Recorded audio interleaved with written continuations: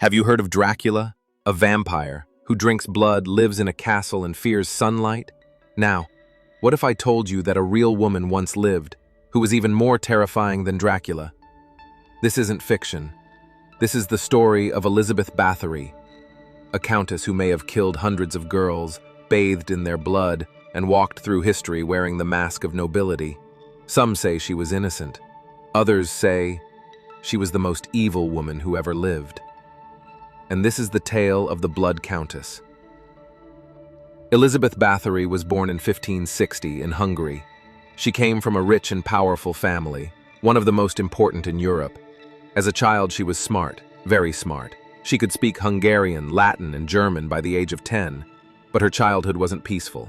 She saw war, she saw cruelty, and some say she saw things a child should never see. When she was just 15, she married Count Ferenc Nadasdy, a powerful soldier. They lived in a huge, cold castle in the mountains, and soon, stories began to grow. Strange stories. Stories of screams in the night, of servants who disappeared, and of Elizabeth becoming darker and more dangerous. As the years passed, Elizabeth's husband was often away at war, so she ran the castle alone, with total power over her servants. It's said she became obsessed with beauty. And one day, after a servant girl accidentally pulled her hair while brushing it, Elizabeth hit her so hard that blood splashed onto her hand. Later that night, she thought her skin looked smoother, younger. And then came the horror. Elizabeth began to believe that young blood could keep her young forever. So she started killing. One girl, then two, then hundreds. It is said she bathed in blood and laughed while girls screamed. Her castle became a house of nightmares. For a long time, no one stopped her. Why? Because she was rich. She was a noble. She had power. But then, girls from noble families began to vanish. That's when the King of Hungary sent investigators to her castle. What they found was shocking.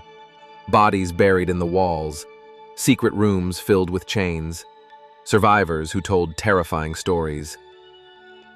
In 1610, Elizabeth was arrested, but she was never put on trial like a normal person. Instead, she was locked in her castle, in one small room with no windows. She died 4 years later, alone, forgotten, in darkness. But was all of it true? Some historians say Elizabeth Báthory was a victim of politics, that the king wanted her land, that jealous men made up lies to destroy her name. There's no proof she ever bathed in blood, and no written confession from her. So was she a monster, or a powerful woman destroyed by lies? We may never know the full truth, but the legend lives on.